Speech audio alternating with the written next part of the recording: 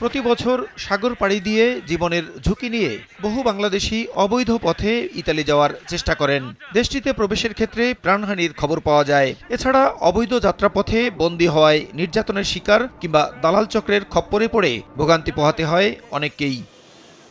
এমন পরিস্থিতিতে 2 দিনের সফরে সোমবার ইতালির স্বরাষ্ট্রমন্ত্রী মাত্তেও পিয়ান্তেদোসি ঢাকায় আসায় দীর্ঘদিন পর ইতালির শ্রমবাজারে নতুন সম্ভাবনা দেখা দিয়েছে।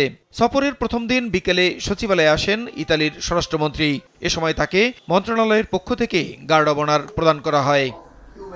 পরে বাংলাদেশের স্বরাষ্ট্র উপদেষ্টা ও ইতালির স্বরাষ্ট্রমন্ত্রী পর্যায়ে দ্বিপক্ষীয় বৈঠক অনুষ্ঠিত হয়। বৈঠকে দেশের নিরাপত্তা খাতে সহযোগিতা, পুলিশ ও বিজিবিকে প্রশিক্ষণ এবং পারস্পরিক উন্নয়নমূলক বিষয়ে আলোচনা হয়েছে। পুলিশের সাথে সহযোগিতা বৃদ্ধি করার জন্য, কোস্ট গার্ডের সাথে সহযোগিতা বৃদ্ধি করার জন্য অ্যান্ড বর্ডার গার্ডের জন্য হয়তো সহযোগিতা বৃদ্ধি করার জন্য তো ওনারা এই ক্ষেত্রে এগ্রি করছে আমাদের সাথে সহযোগিতা বৃদ্ধি করবেন। এটা মেইনলি ট্রেনিংটা বৃদ্ধি করার জন্য।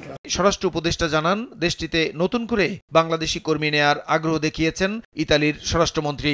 ইতালিতে অবৈধভাবে বসবাসরত বাংলাদেশি কর্মীদের বৈধ করার অনুরোধ জানানো হয়েছে বলেও জানান উপদেষ্টা। ওনারা নতুন করে লোক নেবে, বাট প্রপার চ্যানেলে যেতে হবে। লিবিয়ার ভিসা নিয়ে গেল বা অন্য যে কোনো কান্ট্রির ভিসা নিয়ে গেল, তারপর ওখান থেকে আবার ইটালিয়ান ভিসা না দিয়ে চলে যায়, এটা যেন না করে। বাট তারপর আমরা তাদের রিকোয়েস্ট করছি এইভাবেও যারা গেছে তাদের জন্য বৈধতা দিয়ে দেয়। সফরের দ্বিতীয় দিন মঙ্গলবার সকালে প্রবাসী কল্যাণ উপদেষ্টার সঙ্গেও সৌজন্য সাক্ষাৎ করবেন ইতালির স্বরাষ্ট্রমন্ত্রী। প্রসূন আশিস, সময় সংবাদ, ঢাকা।